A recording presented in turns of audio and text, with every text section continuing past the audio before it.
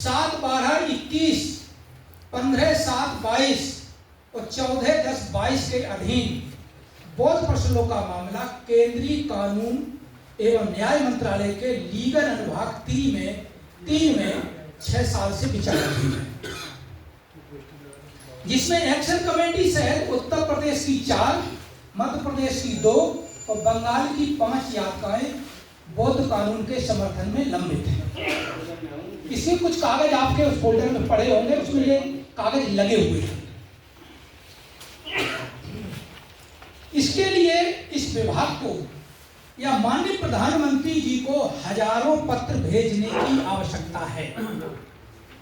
हमने विधि आयोग को 10,000 से ज्यादा पत्र 2023 में भेजे। सबसे ज्यादा अमरावती महाराष्ट्र और दूसरे बार लखनऊ के एक सदस्य ने भेजे, जिसने कि हजारों की संख्या में भेजे। अंततः यूनिफॉर्म सिविल कोड के लिए ऑल इंडिया एक्शन कमेटी को बुलाया गया और बुलाने पर हम लोगों ने 9 सदस्यीय लोगों ने अपनी बात रखी कि हमें कानून चाहिए, हमें यूसीसी नहीं चाहिए। यूसीसी उनके लिए है जिनके कानून पहले से बने हैं।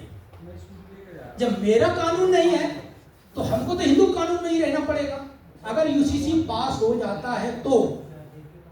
इसलिए यूसीसी का मैंने विरोध किया और फिर उन्होंने कहा अंततः कि आप अपना रिप्रेजेंटेशन दीजिए, उसको मैं कंसीडर करूंगा। और खेद का विषय यह है कि विधि आयोग में इस समय कोई चेयरमैन नहीं है और विगत 1 साल के पहले 4 साल तक कोई भी चेयरमैन नहीं रहा है, जिससे बौद्धों का मामला जो विधि आयोग के माध्यम से बैठक में निर्धारित होना चाहिए था वो लंबित ही रहा है।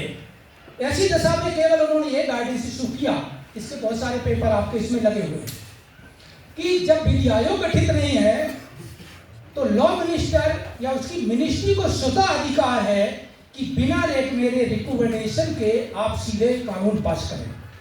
हमारे कानून के रिकमेंडेशन की कोई जरूरत नहीं। लेकिन दुख इस बात का है कि माननीय किरण रिजिजू भी कहा जाता है कि वो बुद्धिस्ट है, उन्होंने कोई काम नहीं किया। डेलीगेशन को मिलने के लिए समय भी नहीं दिया। राष्ट्रीय अल्पसंख्यक आयोग ने एक बैठक बुलाई और 3 दिन पहले उन्होंने आने से मना कर दिया। अब ये विषय हमारा के सामने है। आगे हम निदान कथा पढ़ते हैं कि आज की जो मीटिंग है आगे।